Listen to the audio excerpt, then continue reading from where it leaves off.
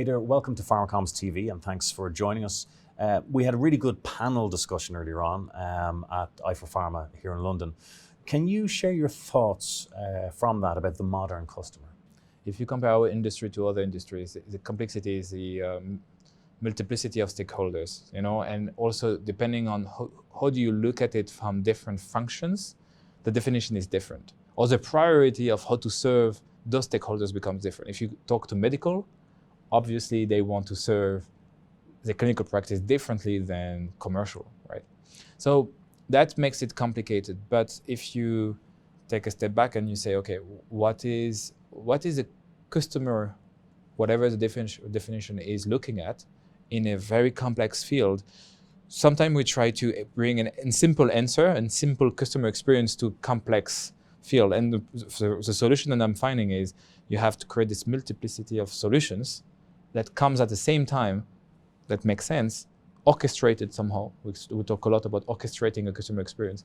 Then this is where I feel this customer, not a problem, but the customer challenge will come.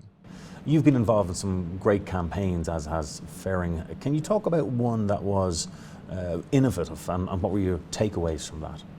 Yeah, so the one that at Ferring I truly liked when we decided that as a company trying to create a moving campaign that is conveying our purpose, making sure that we hit all our targeted audience, potential candidates, doctors, nurses, patients, payers, everyone, employees, So we said, let's do it through the eyes of the corporate brand, because everyone sees the logo on the building, everyone that has a meeting with the doctor see it. They don't see just the name of the guy, they see a Ferring representative. So we said, instead of recreating a brand, and sometimes what I say to my marketeers is that it's not because you create a new website that is scientifically enabled with content and so on. For me, I see it as a new brand. It's just a new brand online. But if we do it through the eyes of the corporate brand, then it creates consistency. It creates a conversation. So we created a conversation called Project Family that was just a way to, if you can look at it on social media, we activated there. But the Project Family was more than just a small campaigns. It is a conversation. So we started it, I think, end of 2017, and we decided that it is a conversation that should not stop. We want to trigger it, and if we do a good job, it will be owned by someone, and we will be pleased even if our competition takes it. We had a hashtag Project Family, and we said we just want to be the one igniting it.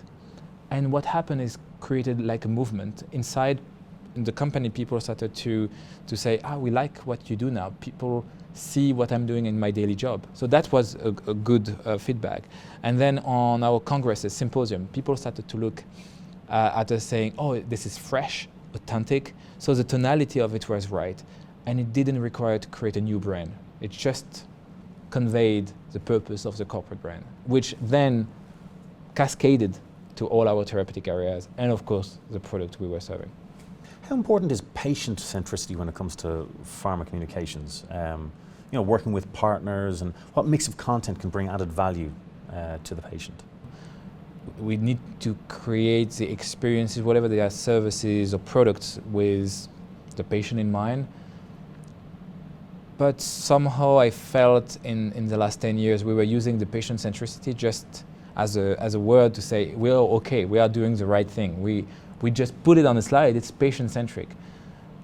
But what would be for me more important is that if we do a good job, first of all, with what we have in control, with our clinical practice, and this is the people we see more, then by listening to them, listening and being reactive and creating the best set of clinical data and products for them to do their job, in a way that's also included in that patient-centricity mindset, because the value chain is connected somehow.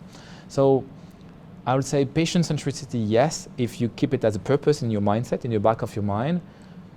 Just running projects for the sake of having a portfolio of patient-centric projects, then I feel weird. Why should we name it? It should be obvious in the DNA of what we do. So that's kind of the caveats I'm putting on the table sometimes. we should not even call it, like in the panel I was talking, like we should not even call a digital strategy. There is no digital strategy. There is just a strategy that is providing value, maybe fueled by some digital tactics. Same goes for me for patient-centric activities.